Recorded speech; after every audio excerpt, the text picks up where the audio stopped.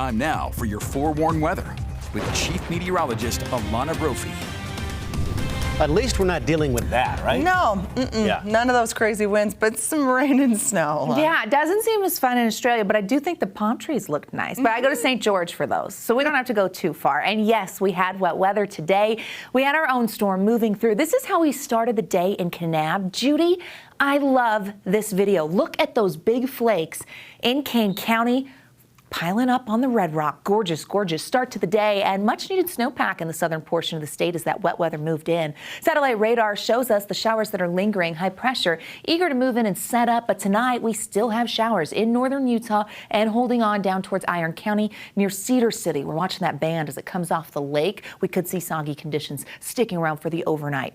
Have to show you this video of Cedar City. This was this afternoon into the evening where you would think, oh, okay, the heaviest part of the storm was earlier. No. Watch as the snow comes down and accumulates quickly on the roads, slushy conditions with cold temperatures. They're sitting above freezing right now, but will bottom out below, and that means that icy spots could be possible tomorrow morning. After the moisture, the fog settles in. Here's a look at the Bountiful Bench as crews were working the roads, salting the roads, but we are seeing pockets of fog popping up, and so visibility tonight down to about a mile in spots for the benches down over I-15 from Richfield into Beaver County, from Moab to Lake Powell. We've got that fog, and then up towards Cache Valley. So yes, definitely dealing with the results of the storm that came through. Temperatures today 41 in Salt Lake, only a degree above where we typically should be. So the storm knocking us down to average 30s for the rest of the Wasatch Front, 43 in Moab, 52 in St. George. Heading into tonight, the chance of a lingering shower will hold on. Cloudy conditions with those temperatures above freezing when we wrap the news. Falling below that into the early morning hours with mostly cloudy skies.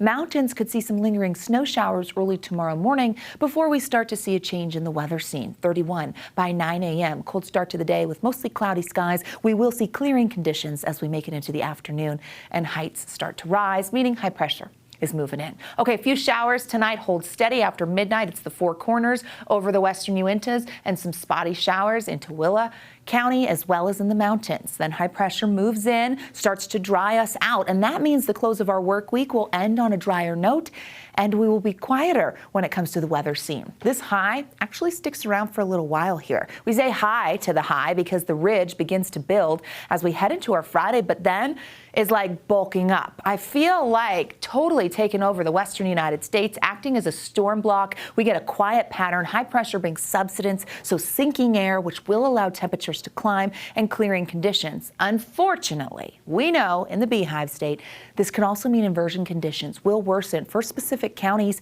especially in portions of northern Utah. Now, we don't really start to see changes until the middle of next week, where that area of low pressure off the coast, oh, it's got our attention. That could be an atmospheric river event that impacts the western United States and changes our pattern come early February. So I'm going to keep you posted on that. Don't worry, you won't miss a beat. As we look at the air quality forecast for tomorrow, moderate air quality expected in Cache Valley. That's where they're sitting tonight. Also the case in Weber County. So with fresh snow on the ground and that moisture, we could see inversion conditions wanting to strengthen. As far as Salt Lake goes, we're in the green, and green means clean, so we love that.